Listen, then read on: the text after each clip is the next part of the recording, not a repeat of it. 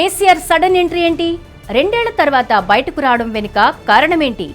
దీని వెనుక బలమైన రీజన్ ఏదైనా ఉందా? బీఆర్ఎస్ ప్లాన్ ఏంటి? ఏడాది దాకా వేరే కథ, రేపటి నుంచి వేరే తోలు తీస్తాం ఎక్కడికక్కడ.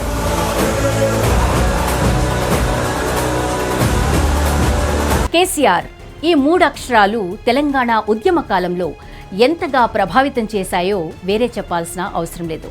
అంతేకాదు కేసీఆర్ తెలంగాణ రాష్ట్రానికి తొలి ముఖ్యమంత్రిగా కూడా చరిత్ర సృష్టించారు.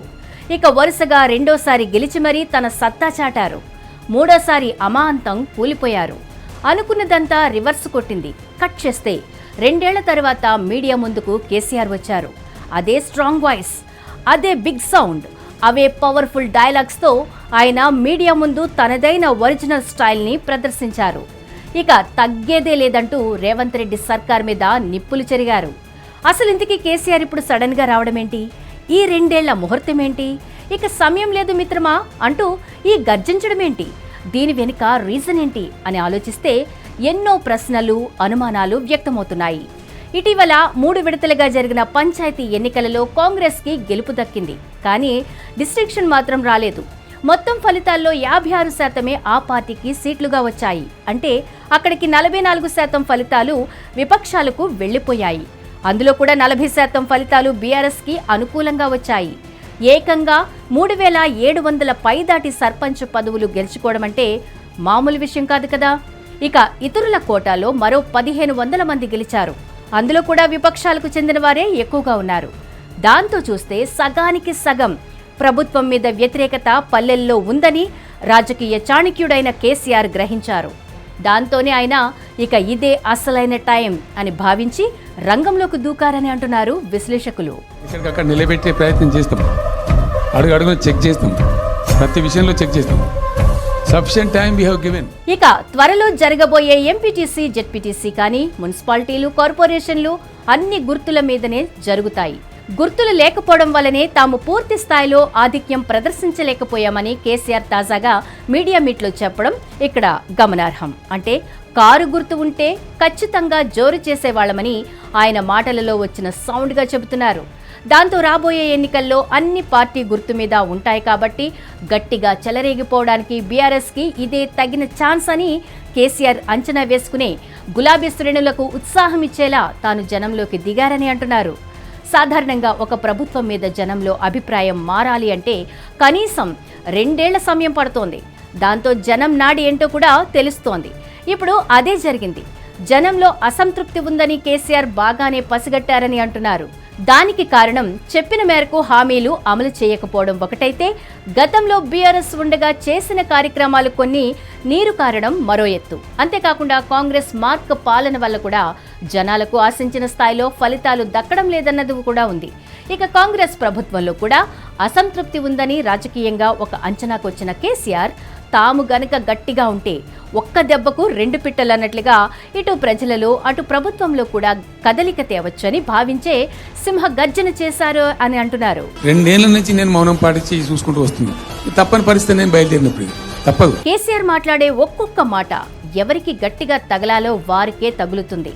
ఆయన తనదైన స్టైల్లో మీడియా ముందుకు వచ్చారని అంటున్నారు.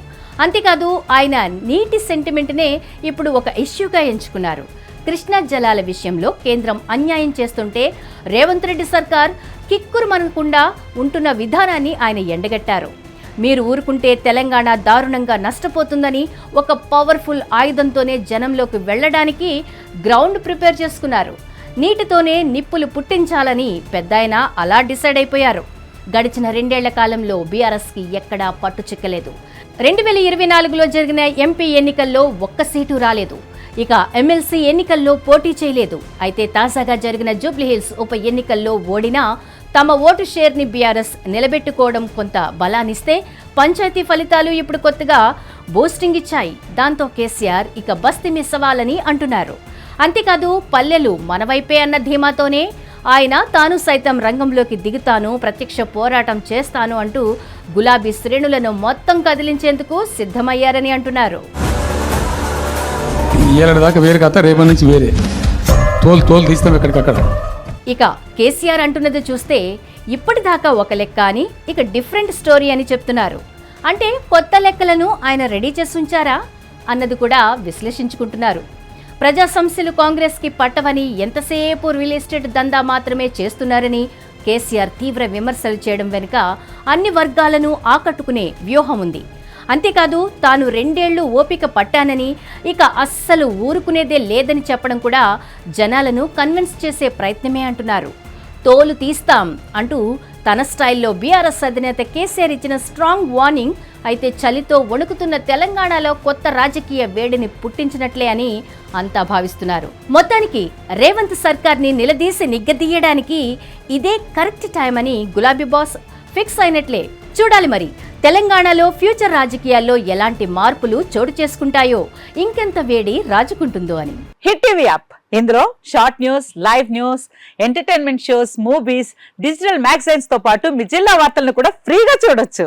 ఇంకెందుకు ఆలస్యం, వెంటనే హిట్ టీవీ యాప్ ని డౌన్లోడ్ చేసుకుని ఫ్రీగా ఎంటర్టైన్మెంట్ పొందండి. Hit TV app. Hit TV app. Please download hit TV app. Hit TV యాప్ని ఫ్రీగా డౌన్లోడ్ చేసుకొని ఎంజాయ్ చేయండి. మీకు నచ్చిన ఎంటర్టైన్మెంట్ కోసం హిట్ టీవీ యాప్ ని ఫ్రీగా డౌన్లోడ్ చేసుకుని ఎంజాయ్ చేయండి. హిట్ టీవీ యాప్ని డౌన్లోడ్ చేసుకుని ఆస్వాదించండి, ఆశీర్వదించండి. ఇంతమంది సెలబ్రిటీలు హిట్ టీవీ యాప్ ని డౌన్లోడ్ చేసుకోండి అని చెప్తున్నారంటే ఎంత మంచి యాప్ ఆలోచించండి.